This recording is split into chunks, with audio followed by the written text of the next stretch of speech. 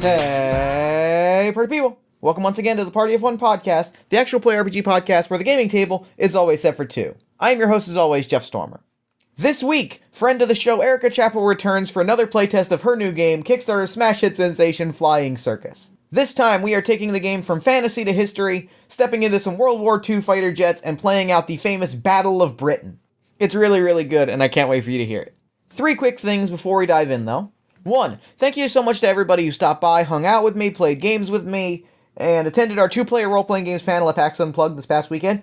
I had a great time, and I'm really, really happy about that. 2, if you'd like to hear the audio from that panel and you weren't able to attend the con, that panel, of course, was recorded with the people from Heartpoints, Pot of Love, and Russell Collins from the Project Wingspan episodes of Party of One.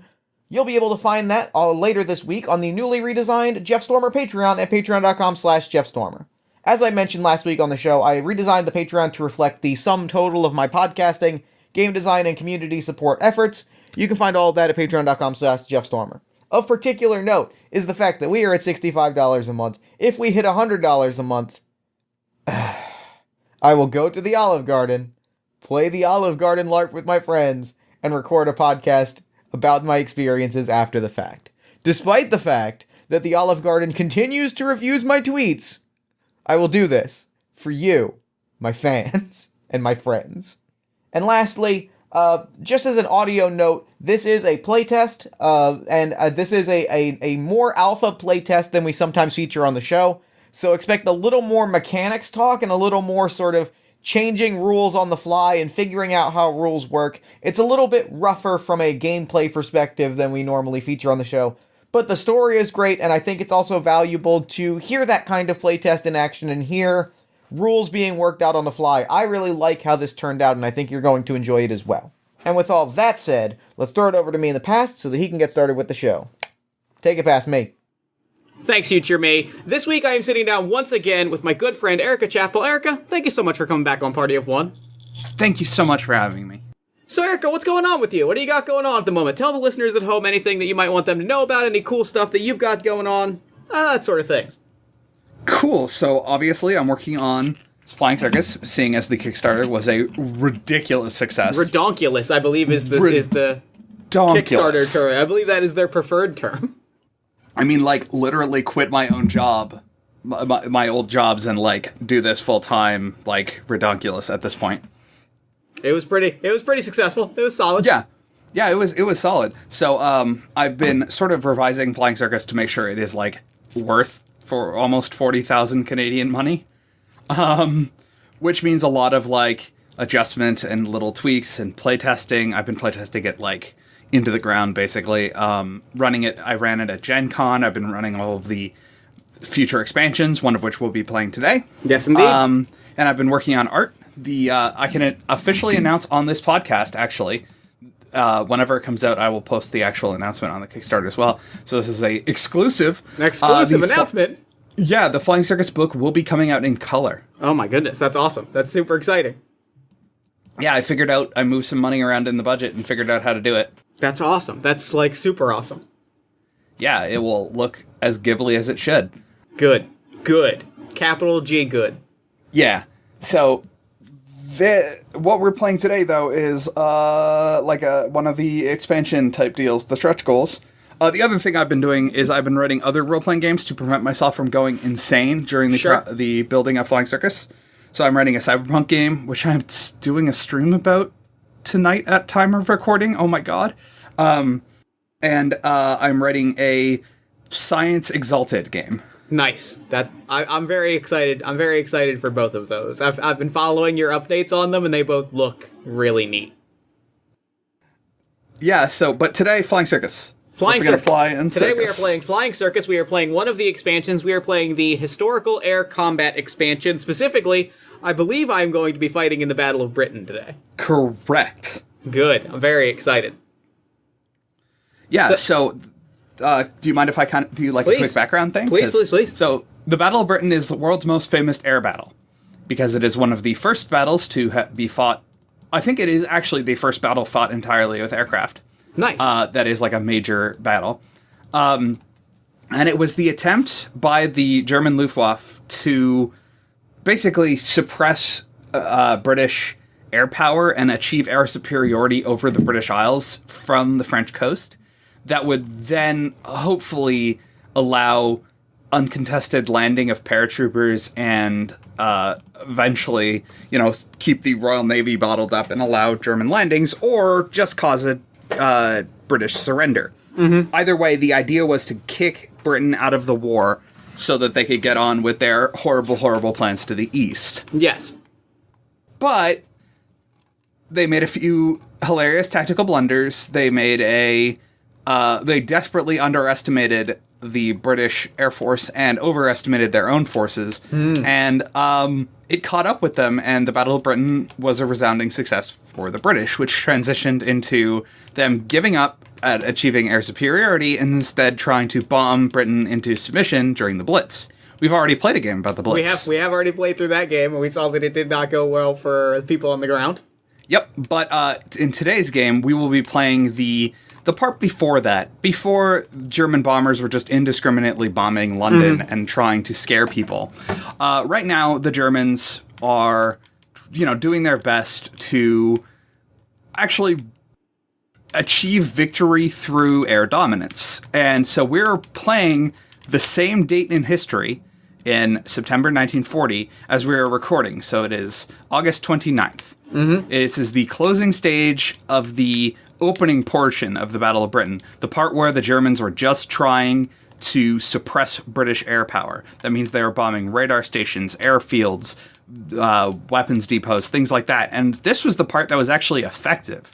When they started bombing London, I mean, they were pretty much just, pebbles in a pond, Mm-hmm. Yeah. But this was hitting vital industry and vital war infrastructure. So, obviously, this has to be averted. Right, yeah, absolutely. And so 4 days ago, the British launched their first retaliatory raids against Germany. Okay. A couple of Wellington bombers flew over Berlin and dropped some bombs. It was mostly symbolic, but it escalated the conflict. They're talking about flying bombers over London now. It's all getting real scary. And you've been at this for a while. You're a pilot who has seen the majority of the Battle of Britain, but you have always been in the wingman position. Right. So you have always flown, on the shoulder of your leader, and, mostly were there to provide supporting fire and to cover them against fighters. Unfortunately, your leader caught most of the tail of a German bomber last run, and you're the new flight leader. Gotcha. So let's introduce your character. Who are you? Yeah, I am Alistair Mags Magnolia. Mags Magnolia to my friends. Not that I have many friends. I was a schoolyard bully that made good, basically. Like, I was a troublemaker and, just sort of, a prankster. I pushed some kids around, and I kind of figured that was just going to be, my life. I was going to end up owning some small shop and exerting my authority over people in that way and just kind of be a jerk. And then war happened, and now I signed up, because everybody else was, but I kind of I've started to find some kind of a purpose here. Things are starting to make sense, and I'm starting to not think of just myself. I'm not quite there yet, but, I'm starting to feel comfortable with this, and I'm trying to do the right thing for once in my little existence. Well, that's good to hear, and you'll have plenty of a chance to, because we're going to open in media res today. Oh, good. So you are flying, as you opted to, you are flying a Spitfire Mark I. Mm-hmm. It was formerly a racing plane, and it was adopted into military service. This is the earliest version of it. It's got a massive engine.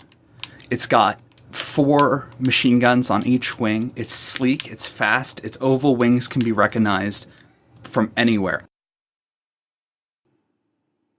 So yes, you are flying a Spitfire. It is very pretty. It is a beautiful aircraft. And being the rarer of the 2 aircraft of the Battle of Britain, the other being the Hurricane, and also the faster and more maneuverable, the Spitfire has been tasked with fending off enemy fighters while the Hurricane elements go in and try to take out bombers. Every single day, often multiple times a day, small flights of German aircraft fly over Britain, heading for some strategic location. In this case, they're heading for a radar station. So basically, your squadron has been scrambled. You've gotten maybe 3 hours of sleep. Yeah. You're leading one other wingman in a group of 4 Spitfires. All right. So you are blue 2. Your wingman is blue 3. And then the squadron leader is obviously blue leader. And hey, doesn't this sound like Star Wars? It's almost like they got it from somewhere, right? It's almost like they got it from somewhere. Yeah. And the Hurricanes are green squadron. So we cut in with you sailing over the White Cliffs of Dover on an interception mission. It's super classic imagery. It's bright, beautiful day out. You are let's start by setting your altitude and airspeed indicators, because that's a thing we have in these games, if you remember. Yes, indeed. I do remember. Cool. So for your airspeed, you're going to set it to your max speed, All 58. Right. That's my airspeed. Yes. So that's 5 and 8. 58. 58 airspeed. So since we last played, the airspeed indicator has been established as every mark is 10 kilometers. So you're going 580 kilometers. Nice. This is the fastest a plane has flown in this system. So, Good.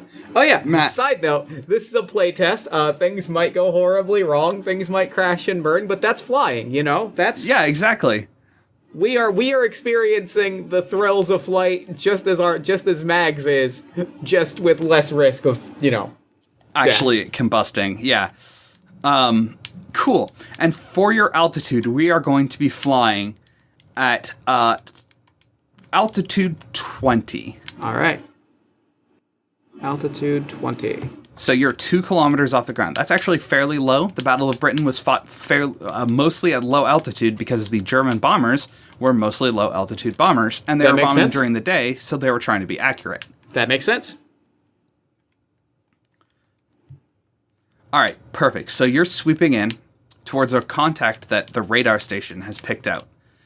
The British are undermanned and overworked. They're overwhelmed by the task ahead of them. Just a few days ago, Winston Churchill did his whole, never has so much been owed by so many to so few, and you are feeling very few right now. Yes, right. That I'm just, there's the briefest of flashbacks to, getting onto the plane, and I'm just sweaty and dirty and tired, and, I've got a beard growing in where there was no beard before. Yeah, maybe the only good shot from the Pearl Harbor movie where they hose the cockpit out before the next guy gets into it. Yep. And it's it's a mess. I'm lurching into the plane, and I'm watching everyone else kind of hop in, and no one has excitement, and I just kind of sigh and lower my goggles, and we cut back. And I'm flying, I'm checking my levels, I'm making sure everything is even. Yeah, you gotta make sure your mic's not blown out. And I'm just kind of muttering to myself, okay, time to go to work. So your character is 100% just Tom Hardy from Dunkirk, right? Basically. Yeah, perfect. So as you, out of the cockpit, on their horizon, you can see the shapes of aircraft moving. As you start getting closer, you're maybe 3 kilometers away, and you can start making out the general shape of their silhouettes. It looks like there's 6 fighters and 3 bombers. You have an altitude advantage of about 500 meters above them.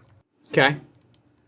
Your flight leader says, all right, take your section and go in for the fighters. We have to give room for the Hurricanes to work. I know. I know the job I've been given. All right. So as you start to approach, we are going to. Oh shit! Back up. Yeah. We have a new rule called the engagement rule that I keep forgetting about. Okay. Which tells us where we are relative to people and who sees who first and stuff. Sure. All right. So let's have you roll 2d10 flat. 2d10 flat. Yeah. Play tests. Have no idea That is what a 9. I'm doing. That is a 9 total. 9 total. Cool. So that is because of this game being a 2d10 based Powered by the Apocalypse game. That is a miss. Okay. So I get to choose some horrible things that could happen to you as soon as I can scroll down to the requisite part of my file. Oh, good lord. I think maybe I need to start splitting it up. It's 64 pages in a Google Doc. It's not liking That's that. a lot of pages. Cool. So I get to choose one.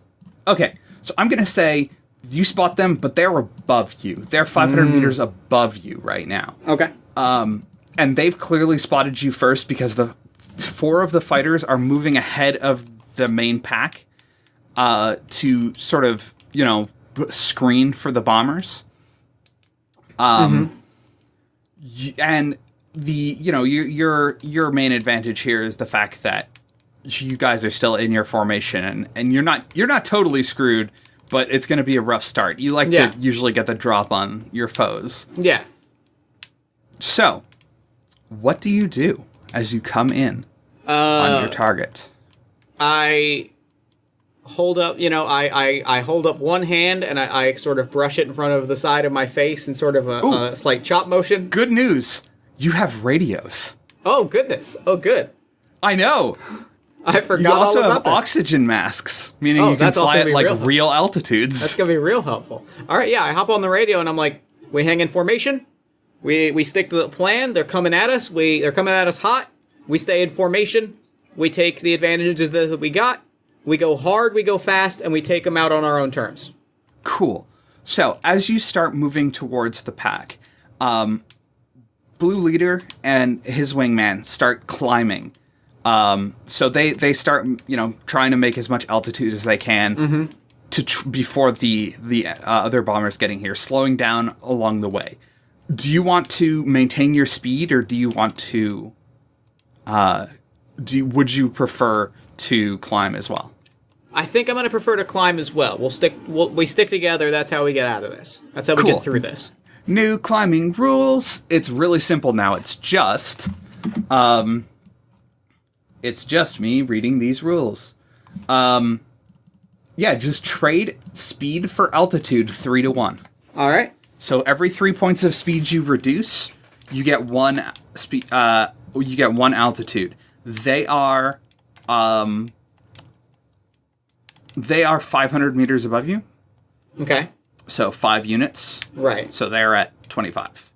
The other thing is that there is a new mechanic in this game that you will want to take advantage of, which is boosting your engine. You see that thrust number there? Mm-hmm. You can gain that much speed up to your max speed at any time by thrusting your engine. Okay. So all you do is you do that, you use up 1 fuel. So you have 9 fuel right now. Yep.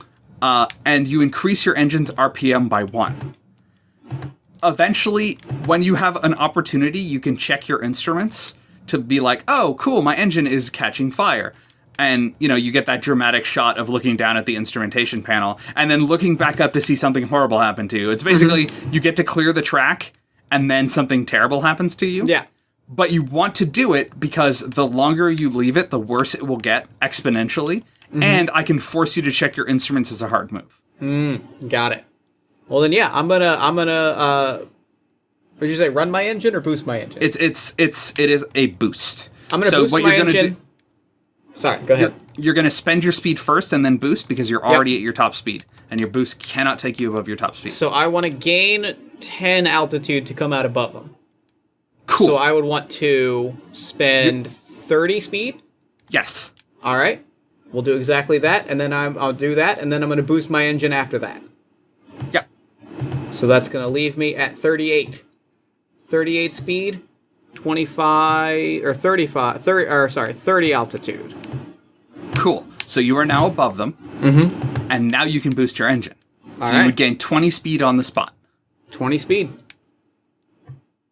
And that puts me right back to 58. Wait, no. Nope. Something's gone wrong. You should be at 48 speed. You're right, 48. That's what I meant. Play, testing. Numbers are tricky. Okay, yeah, I'm at 48. You're right. I'm a little bit lower than my top speed, but Cool. I'm above them, which is where I want to be. Which is where I think we all. I think the whole squad wants to be above them.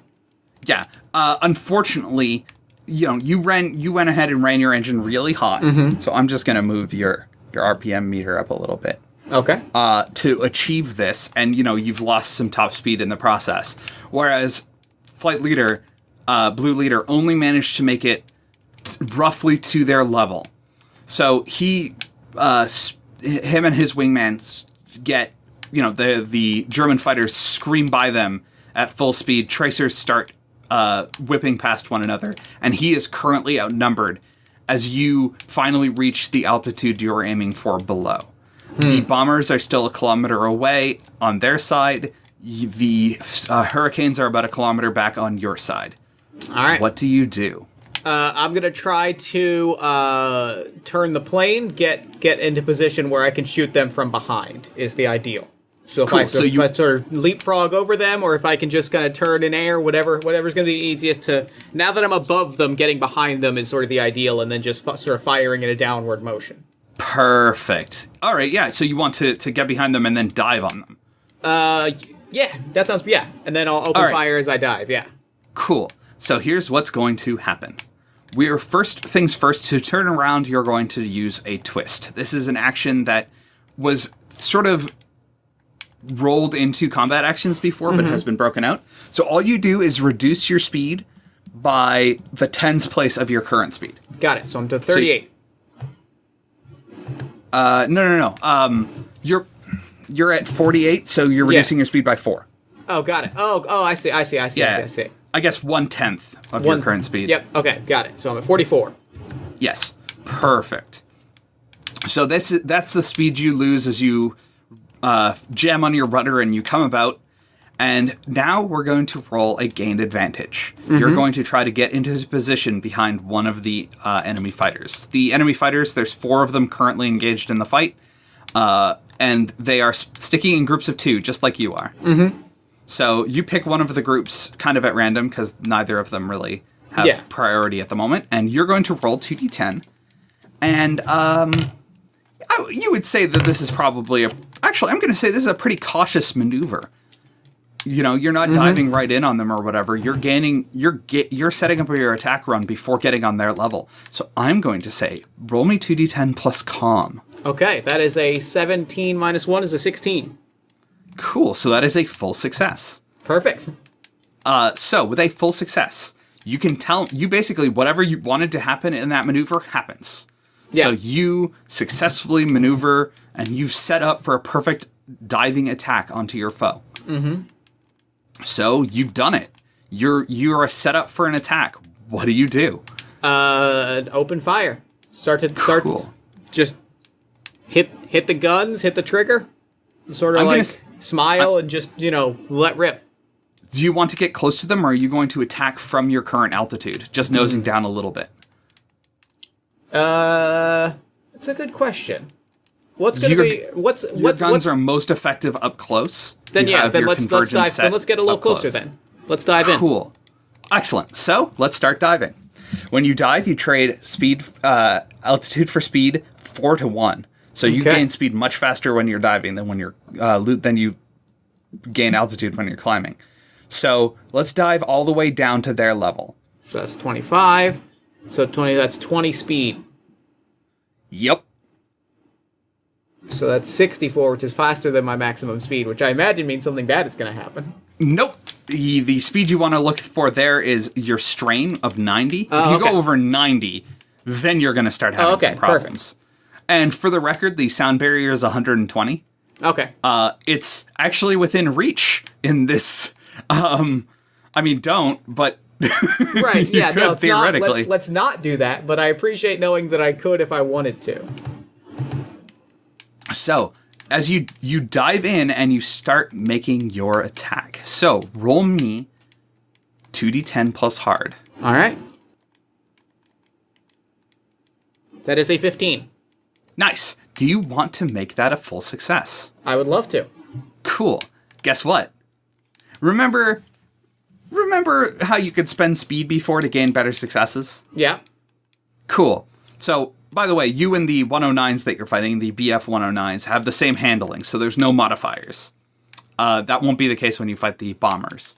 I'm sure that there's going to be some purist out there who's like, the Spitfire could maneuver slightly faster, but the 109... And to which I say, I didn't actually calculate out their builds yet, so fuck off. Fair. Fair point. Yeah.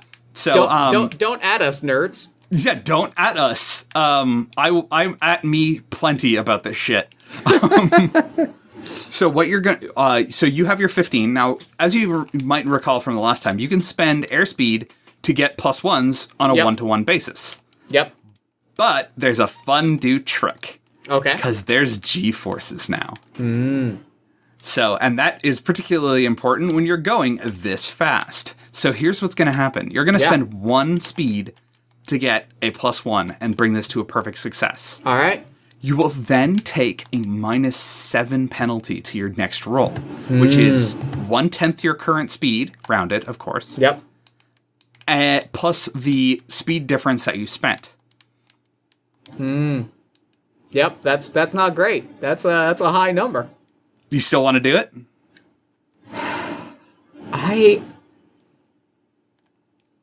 Yeah, let's go for it. I'm going Remember, you can keep spending speed forever. And when you check instruments, you also remove your G-force going forward. Got it. But yeah, let's again, do it. You're setting yourself up. Cool. So we spend 1 speed. And this is a perfect success on a lay and guns move. Yes. So we are going to... you are going to pick one of the following. You can shift your hits, so you can basically make it more likely to hit your opponent and hit them in a critical location. Yep. You can force the enemy to swerve, spin, or lose altitude. Or you can avoid return fire, which is not a problem because they haven't got rearward-facing guns. Let's see. So I'm gonna not avoid fire because they're not going to be able to fire at me. I'm going to shift my hits. Cool. Let's make this count. Yeah. All right. So you draw a bead on one of them. You see them in your little holographic gun sight. Everything's so fancy compared to regular flying circus. Oh my god. And you hold the trigger down. Roll me, and this is a ridiculous sentence, and know that if we were playing rules as written with the current machine guns, it would be twice this many dice.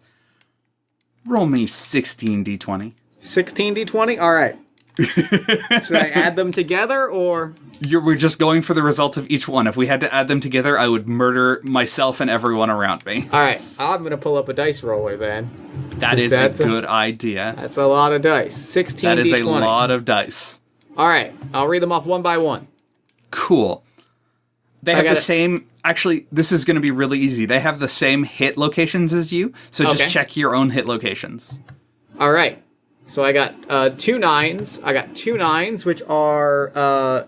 the radiator. Which is the radiator. I got 2 hits on the radiator. A 1, which is empty space. An 18, which is also empty space. 3, empty space. 14, 16. 14's on a gun, 16's on the aileron. 7 and 14, I think 7 is empty space and 14 is also on their gun. 9 is on the radiator, 14 is on their gun, 10 is on the pilot, that's great. 18, 19, and 7. 18, 19, and 7 are all empty space, or all body shots. Cool. So, that sucked. Let's never do that again. I wanted to know how bad that was. That was bad. Here's what we're going to do. We're just going to make it so that every one of these is 1 hit, and we're going to multiply their damage. That sounds great. That sounds reasonable. Yeah. This is why we play test. Yes, I just wanted to... That's why we have the playtest disclaimer up front. We're figuring out what works in the game as we're playing it. Yeah, because in regular flying circus, we fire a bunch of shots for the machine gun because the important part is like, oh, what part do you hit? But in this era, guns fire like 8 times as quickly, and there's like 15 more of them, and they all do way more damage. So this is more important. While these are technically the same guns as on a Sopwith Camel, more or less. I mean, they're Brownings instead of Vickers, but whatever. They fire much more quickly because they don't have to fire through a propeller. So, we're going to take the results as we got them for this one, though, which means that you blow out your target's radiator, you shred their forward weapons, and you do some damage to both the aileron and the pilot. The important part there is the radiator. A streak of white starts emerging from underneath the craft. This is the boiling hot steam that is flowing out of the radiator that cools the engine. Basically, that plane has a limited lifespan now. It's got to start moving home now, and which it starts to do. It almost immediately breaks off and starts heading home when the pilot notices the temperature gauge in their engine spiking, because pretty soon the water's going to run out, and then the engine is just going to go until it blows up. Yep. So, that's one down. All right. Or at least one running. What do you, as you streak past your target, what do you do? I'm going to. We're tasked with taking out the fighters. I'm gonna hang on these. I'm gonna hang on these fighters and at least try to clear up. At least try to get attention off of Blue Leader so that we can regroup, focus our efforts, and hopefully take these things down and move on. And so clear space for for Green Squadron. Let me say all of that.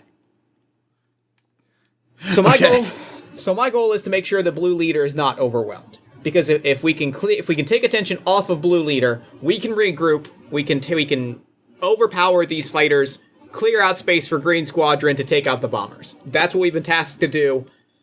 And I'm too tired to break from objective at this point. It's been too much. So we're gonna do what we've been tasked to do. We're gonna do what we're good at, and we're gonna fry these fuckers. Cool. So what I'm gonna say is that the remaining one fighter from the two that you hit sort of stays in formation with his buddy for a second, and then starts coming around, to reestablish an attack pattern on you two, while the other two, they're currently on Blue 4. So they're chasing Blue 4. Blue Leader's trying to get on their tail. You're zipping past all of this at 1,000,000 miles an hour. Your wingman's right beside you. What do you do? I'm gonna take a twist. I'm gonna twist, get back into action, try to pivot, try to spin, so that I can come at them head on. Cool. Oh shit. Okay, yeah. So roll me another gain advantage, and this one's plus hard. This is you're fucking serious. So you're at a -4 for this one. Yes. I think I'm gonna spend 4 speed. You spend speed after you roll. Oh, okay, yeah. All right then. Yeah. -4. -4 is doable. Not when I roll a 1, so that's a 3 total. So I'm gonna want to bump that up to at least a partial. Yeah, I mean, if you can handle it, if your physical body can handle it, you can do that, or you can take the hard. I think I'm gonna take the hard. Cool. So yeah, you start basically moving to you pull the stick back as hard as you can. The G-forces push you back and crush you into your seat as you try to stay level with your opponent. You zip past them and come back around, and you start twisting the plane around to try to get behind this other target. And then you realize that you start twisting and you haven't stopped because you have started going into a spin. So what we have here is you have a move called Recover. You can decide not to recover and just deal with the spin, and I'll hit you with whatever penalties I deem appropriate. So you can get one last action in, or you can deal with the spin. Your choice. I'm gonna try and recover. Cool. So roll me 2d10 plus calm. Plus calm. The most important thing when you go into a spin is not to panic. That's a 15. That's a 15. So that is a partial success. So here's what all I need from you is to get rid of, between your altitude and your airspeed, 6 units. Okay. So 50, it's 57. Cool, you're back under your regular speed. That could have gone a lot worse. That could have gone much worse. As you think that to yourself, you see Blue 4 catch fire. Oh, no. So as the cannons of the 109 rake it from end to end, and the fuel tank bursts into flames, and it starts, sort of falling limply towards the ground. You watch it for a few seconds, hoping for a parachute, but then you have to tear your eyes away to focus on the fight. The plane that you are pursuing is currently angling around towards Blue Leader. Your wingman is somewhere, you're not quite sure. The other two are pulling away from Blue 4's flaming wreckage. What do you do? I'm gonna go after the one trying to angle itself to take out Blue Leader. At this point, we need to contain as many losses as we can. Perfect. Nobody else is going down on my watch. All right, cool. So roll me. Well, good. I have good news for you. Taking the failure cleared your G-forces. Good. All right. So you're rolling flat as you come in on this 109 and roll to get the advantage. That's an 8. An 8. That is another failure. Would you like to bump that up to a partial success? I would love to bump that up to a partial success. Cool. So spend 2 speed. All right. 55. You're sitting on a -7 to your next roll. Yep. 5 -2. Ah, man, the G-force system's working so well. I'm very happy about that. Good. And you get a partial success on gain advantage. All right. So, pick for me one of these. Expose them to fire for a short time, which means a deflection shot. Isolate them so it's just the two of you, or set them up for an ally to swoop in. I'm going to warn you right now that it's going to be a really hard shot to hit them. Because you've got a G-force penalty, plus you're going to be dealing with their speed. So you're probably going to be at, -12. All right. So what do you do?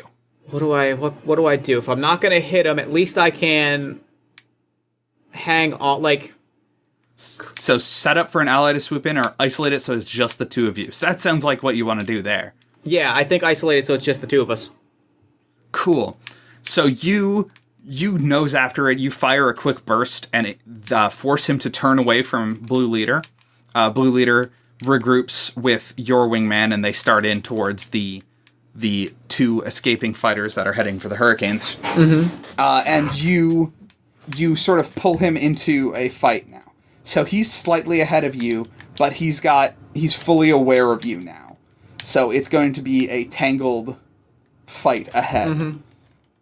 So what do you do? Well, you said we're facing each other? He is flying away from you. Okay. If he's flying away from me, I'm gonna squeeze the trigger, take fire, and try to take him out from behind. You're just gonna spray and pray and hope that you get him? That's the best I got it right now. Cool. Yeah, no, this will work. So, let's do it. So yeah, as he's on his own, we're going to lay in guns. We're going to be firing at a target moving at a high deflection. So, this is going to be one of those high penalty attacks. But can I make a quick suggestion and hold down the trigger to? No, wait, no, that no longer helps. Shit, maybe I should change that. Play testing. Yeah, I'm going to say what you can do here is you can hold down the trigger to double your effective hard. Okay. So you will be at a -6 for this instead of a -12. Okay, I rolled a 17, so I'm at an 11. Perfect. So there's a partial success. You can bump it up to a full success if you want to take a lot of G-forces. I'll keep partial here. I think partial's okay. Cool. So you use up 2 of your precious ammo. You're already at half your ammunition capacity. Spitfires don't have a lot of bullets. That's all right. That's all right. We'll make it work. As long as if we can keep them distracted and just give them an opening. I mean, this might be our opening volley, and then it just dance and dodge until Green Squadron pulls through. If we can keep them on us, then they're not on Green Squadron. Perfect. So you did hit him. So roll 40-20, the much more manageable number. It's a 14. That's a 16. That's a 20. And that's a 10. So I'm hitting the fuel. No, I'm hitting the pilot, the aileron, and the gun, and then the body. Yeah. So your rounds rake across it. You don't see. There's no tracers, but you see the little puffs as the incendiary rounds hit, and the plane suddenly jerks violently and starts heading towards the ground as your second kill. Take it. You suspect that the cockpit of the enemy plane got riddled. I'll take it. And it slowly drifts aimlessly towards the sea. I'm gonna hop on the radio. Blue Leader, you good? Blue Leader is regrouping with your Blue 2 and is your Blue 2, Blue 3, and says, "We're heading to intercept the ones going for the Hurricanes. There's still 2 left on the bombers. We need you to keep them occupied while the Hurricanes come in." All right. I can do that. All right, good luck. And then the radio cuts as the two planes in the distance start tangling with the incoming 109s. All right. So I'm after the two remaining fighters on the bombers. If I can take those out, then we're clear. All you have to do is keep them occupied, but if you can take them out, even better. All right. Well, then I'm gonna fly. It might be better to fly overhead so they can't dive on me. If I can climb. Yeah, I think that's what I'm going to do. I'm going to fly slightly overhead of them so that like I get their attention and try to get into a position where I can open fire on them to get them to think that I'm going to open fire on them so they focus on me instead of the bombers. That's a good idea. Perfect. All right. So, you're going to want to climb. How far do you want to climb? You know how to do this. I'm going to climb. I don't need to climb high up because I don't necessarily need to. I'm not trying. Like I'm not going to climb very high. I might climb maybe 2 or 3. Cool. So go ahead and do it. Do you know how to do it? Let's climb 3. It's 3 speed for every altitude, right? Yep. So we're going to drop to 46. We're going to drop to a speed of 46 to an altitude of 27. No, 28, sorry. Perfect. So yes, you edge over them, and I'm going to say that as you're moving over them, the 2 109s start climbing a little bit, but then realize that you're climbing up and over, and so start gaining defensive positions instead. One of them falls behind the pack of the bombers, so no matter how you come in, you're going to be in the line of sight of one of them. Okay. And one of the gunners on the top of one of the HE-111s, the German bombers, opens fire at you. So a streak of tracers start whipping past your cockpit. What do you do? I am going to... I think I'd like to try to maybe drop back down, try to position myself between the bombers and the 109s. Make it so that like basically like if I can like spin out of the way, if I can keep myself out of trouble, maybe those bullets will go towards one of their own. So basically, you want to lead the gunner into shooting his friend. Yeah. That sounds like a stunt. All right. Let's do a stunt. So you have daring for a reason. So I'm going to say that this is an evade. All right. And if you're successful, you will manage to do this. If you are not successful, you will hurt yourself. I got an 11. Perfect. So that is a partial success. Okay. Choose 2. Take a glancing hit. So you take slightly reduced damage from the incoming weapon fire. You can upgrade that to a full hit to make it both your options. You voluntarily go into a spin as part of your evasion. Or you can give up a pursuit or abort an attack run. So basically, you'd be out of this fight for a little bit, and you'd have to come back in. I'm gonna take a partial hit and go into a spin. Perfect. We'll make this work. Let's roll a hit against you. All right. So I'm gonna roll a d20 really quick. Actually, can you roll a d20? Roll it. That's funnier. That's a 3. Body shot. That is a 3 nothing shot. Oh, yes. Cool. 3 nothing shot. Yeah, so you've successfully avoided the incoming rounds. This is interesting. I've got some thinking to do about how to handle machine guns in the future. You know what I might do? Is I might make it so that machine guns always inflict the same number of hits, and more of them causes them to do more damage. That would probably lead to, like, a better split. Okay. So let's roll 2 more d20 to test that theory. Nothing shot on a 4. Nothing shot on a 19.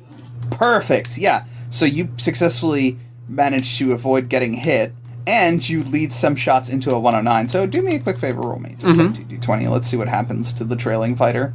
Do what now? Let's roll me 2d20. Let's 2D20? See what happens when his friend gets clipped. 2 and a 7, so that's nothing and a nothing.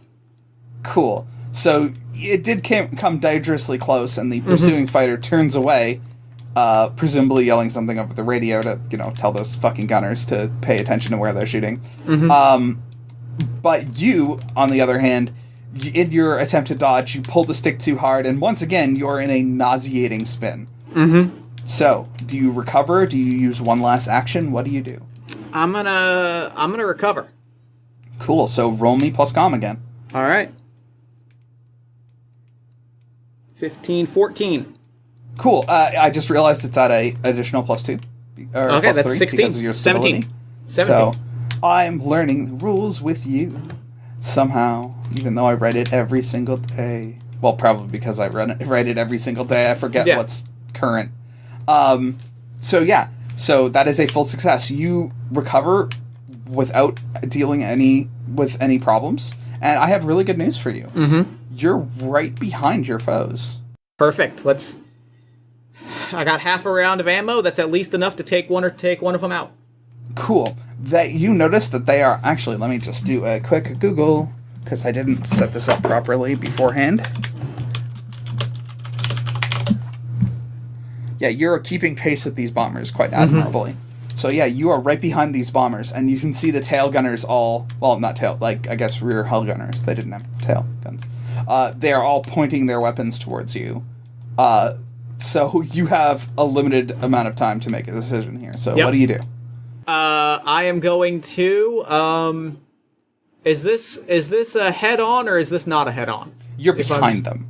Okay, yeah, then I'm just gonna squeeze the trigger, open fire. Let's try to take a bomber out? Try to take this bomber out. Cool. There are 3 of them, and they are all in formation together, so this might suck for you, but roll plus hard. Yeah, alright, let's do it. That's a... good news, +3 as well, because these are big, heavy bombers that can't maneuver.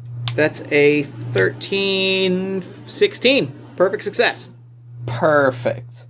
So yeah, you can choose to avoid incoming fire if you'd like, and I'm going to do exactly that. Yeah, cool. So you choose to avoid incoming fire. So you sort of get into their blind spots, and you start shooting. So roll 40-10 real quick. All right. Or 40-20. Yep. That is a 9, 10, 20, and 16. Perfect. So you riddle the center of one of the planes with machine gun bullets. These bombers are big, and machine guns are tiny. So you put a whole bunch of holes through it. Some smoke starts to emerge from parts of it, but it doesn't seem to want to go down. You fired a bunch of shots into it and seemingly done only surface damage. All right. So, as best you can tell, at least, you've actually killed one of the pilots, but they have 2. Okay. So, you are sort of keeping pace with these bombers. You're only a little faster than them. And the 109 that pulled away, lest he get shot by his own friend, is coming back around. The Hurricanes are coming in. They're just almost arrived. And you're still hanging behind these bombers. What do you do? I'm going to hold position. I'm going to give that 109 an opportunity to sort of get close, like get in position. Then I'm going to try and spin the plane, get into a head-on, and then I am going to rush him. Perfect. This will actually work really well with your hammerhead mastery. So what's going to happen is he's going to attack you. You're going to try to evade, and you can transition into a head-on. So, First, you got to evade. As he comes in, weapons screaming, the dreaded cannon in the nose of the 109 firing at you. So roll me plus keen. All right. That is a 13 plus, I believe my keen is 0, so 13. Cool. So that is a partial success. You're going to have to take some hits. All right. Or you can, well, again, take a partial hit, take a full hit, go into a spin. Probably don't want that. Or lose your pursuit. Probably don't want that either. No. I'm gonna take the full hit. Cool. So I'm gonna roll. Okay, so roll me the machine gun hitting you, so that's 3d10. Mm-hmm. And then the cannon hitting you, 2d10. 14 for the 3d10? D10. Sorry, D20. Yeah. D10. Yeah, I'm fucking D something. 11, 4, and 9. So that's your radiator. Yep. Your fuel tank. Oh boy, every liquid in your aircraft starts boiling forth. But the other one misses, and then the cannons, 2d20. 2d20. That's a 10 and 11. So the pilot and the fuel. Oh, cripes! So, the surface of your cockpit is suddenly blown off by a massive hit. As the cannon shell goes off inside the cockpit and shatters the glass. You're deafened. Your goggles are cracked. This was bad news. Yep. And even worse, you feel a heat behind you as you realize that your fuel tank is on fire. Yep. So, that could have gone better. Could have. So, you're taking... First thing that's going to happen is you take a bunch of strain damage. Okay. So, that's going to be... 26, 90... What's... Oh, 74. So, your new maximum speed is 74. All right. The second thing that's going to happen is that you have been injured. So I'm going to say you took 2 injury there because the current injury to damage rules don't work in this new paradigm of high damage weaponry. Oh boy, I've got some reconsidering to do. Learning process. It's bad news bears for you. It's okay. You're at a -2 to all your future rolls, basically. Okay. All right. Because you are, bleeding from the nose, deaf as a post, everything sucks. So, what do? You gonna try to get that head-on going? Yeah, I've got to. The plane's not gonna last very long. I just need to buy enough time for Green Squadron to get in position and take out these bombers. Perfect. If they do their job, we come back one shorter. I can live with that. Well, I mean, I can't live with it. You physically can't. I'll be dead, yes. But I'd be okay with that. I'll be okay. I'll be okay with my name in the papers if that's what it comes to. All right, cool. So you go in for the head-on roll plus hard. So and I'm gonna that hold. Is a plus I'm holding my fire until the last moment. Oh yes, You're using both steel. Your mastery moves. Yes. Okay. Perfect. So, I'm going to attack at knife range, take +2 results. Perfect. So if you do this, you will get every result. But if you miss, it will go terribly for you. Roll Okay. That is a 6 and an 8, so that's 14. +2 for Nerves of Steel, -2 for injury. Oh, it's actually, it's +1 for... total, because it's +3 for your hard, -2 for injury. The +2 results mean that you get all the results on the table. That is a 15. Can I bump that up? You can bump that up by spending speed. I'm going to bump it up. Cool. So that is 4 speed or 6 speed? That is, just 1 speed, I think. Yes, you're right. Yeah. Perfect. Okay, yeah. Math, it's hard. That's what you get for writing crunchy games. Mm-hmm. Yeah, but so it's worth it because this scene is fucking awesome. Yeah, I hit it as hard, and I just kind of I spit out a little blood into the wind, like into the wind. It flies behind me, and I just kind of. So I want you to roll 60-20 real quick to see what you do to this. All right. Yep. And great news, you're avoiding all the incoming fire. Yeah. And I'm like, you know what? If I get one last heroic run, I'll take it. If the mission can be a success, what's one pilot down? 60-20 is a 14. A 6, another 14. Okay. An 8, a 4, and a 16. All right. So basically, your shots almost hit almost entirely on the nose, because you can skip. Yeah, you can skip your results forward or backwards 3 or 5 points. So what that basically means is you're getting hits in the engine, the radiator, and the gun, which is its nose cannon. So you just shred the front of this plane, and in the process avoid most of the incoming fire. It starts trailing oil and boiling water from the radiator, and it starts heading for land, heading for England. It's safer to crash land on English soil than to try your luck in the Channel or trying to get back to France. And your plane, in the process, it's sort of spinning and falling apart. Your plane is doing all right, all things considered, but you're not. No. I'm bringing it down. Okay. Into the sea, or you're heading for England?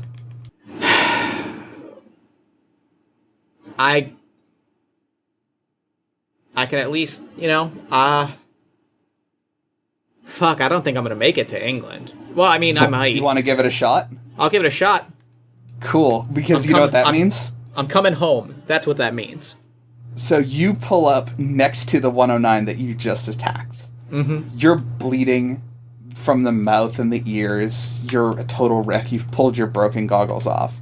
Your cockpit is almost completely open with just the bulletproof section in front of you. You pull up next to this 109. You see smoke streaming from the engine in front of it. Oil all over the cockpit. He's broken open the window so he can stick his head out the side in order to see where he's going. And he looks over at you, and you look over at him. And you share a brief moment of camaraderie across nations and across the language barrier. And as you start heading for the cliffs, I would like you to roll to go down 1d10 or 2d10 plus comm, and then I'd like you to roll it again for the German pilot. All right, mine is a 15. Cool. The German pilot's is a 9, or is a 10 plus minus comm. Cool. So yeah, his comm is 0 because he's an NPC. So you just clear the cliff, and he doesn't. You skid to a halt. Your plane broken. Pieces of it scattered in a long line from where you came to a halt. You can see the cloud of smoke, of oily smoke coming from the edge of the cliff where the German pilot didn't quite make it. You sit back in your seat, and overhead you can see the hurricanes coming in among the German bombers. You see one of them get clipped by a series of tracer rounds and start slowly heading into the ground. You see one of the bombers disintegrate in the air, its wing flipping off, its ailerons slowly trailing in the breeze. Your war is over. There are worse ways that could have gone. Yeah, that was fucking cool. I was expecting to do ground stuff and whatever, but this was much better. No, that turned out really well. I'm really happy with that. Oh my goodness. That turned out awesome. That was awesome. That was really good. That was really, really good. Oh man, I'm so happy. The G-Force rules work. Yay! The G-Force rules work. Oh, that was good. And we figured out some stuff as we went. It was good. I'm real happy. Yeah, I gotta rewrite a lot of the damage rules because it basically doesn't work with components right now. I've really gotta come up with a concrete health system for components, which I've been putting off forever. Because most of the weapons in the era that this game is normally set in do the same amount of damage. So it was working just fine. But now, I gotta maneuver around that. Oh my god, I'm so happy. That was so cool. Yep. And I think the last thing we see is Mags clambering out of the plane and just kind of sitting on the ground watching all of this happen, throws up a salute, as battered and broken as he can, his eyes close, and maybe they find him, maybe they don't, but he survived. Maybe, but ambiguously. It's kind of end of Blade Runner. The bombers went down. The mission was a success. If one pilot doesn't come back, that's okay. Yeah. I did my part. That was so friggin' cool. What a good game that was. Thank you so much, Erika, for coming back on the show. This was awesome. Yeah, it was really cool. Super, super good. So real quick, where can people find you and your work online?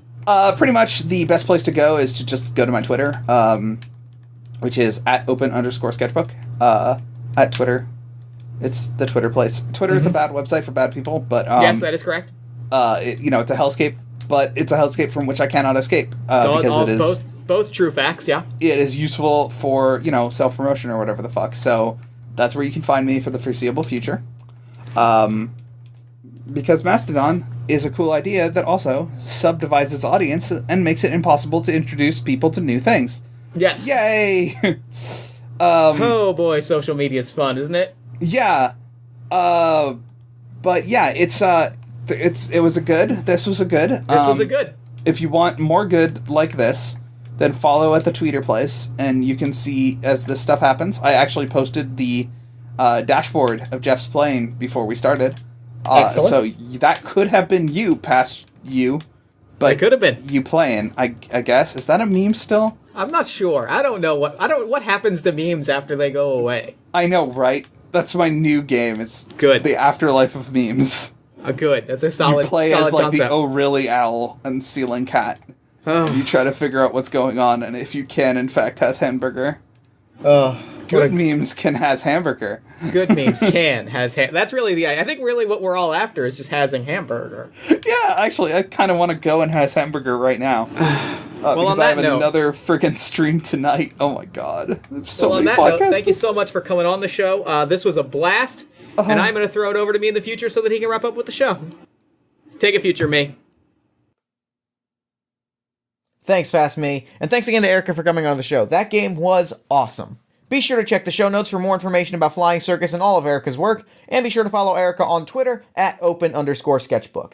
Then while you're on Twitter, follow us at Party of One Pod, like the show at facebook.com/partyofonepodcast, and join our Discord community at bit.ly/partyofonediscord. If you enjoy the show, consider leaving us a nice iTunes review, giving us a social media shout out, or a word of mouth recommendation to a friend.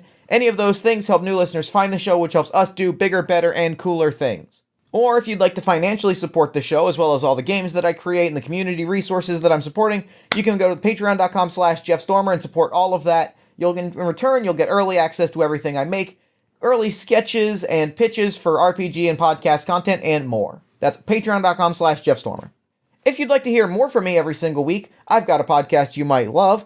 All My Fantasy Children is a character creation, storytelling, and world-building podcast powered by you. Every week, my best friend Erika Saez and I take a listener-submitted prompt, and using some of our favorite tabletop role-playing games, we spin that prompt into an original fantasy character. Along the way, we collaboratively build our own little mythology and populate a shared universe one story at a time. New episodes drop every Friday at allmyfantasychildren.com. Party of One is produced and edited, as always, by Jeff Stormer and Jen Frank. All music for the show comes from the song Infinite Lives by Mega Ran, featuring the D&D Sluggers. If you're interested in coming onto the show, whether you are a podcaster, game designer, professional wrestler, writer, actor, comedian, musician, film critic, kaiju, financial guru, or you just love a good role-playing game, you can email me at partyofonepodcast@gmail.com. And that's it for me. Until next time, thank you so much for listening. Remember to fight the forces of fascism every single day. Remember that self-love and self-care are radical and defiant acts of resistance. And as always, party on, everybody.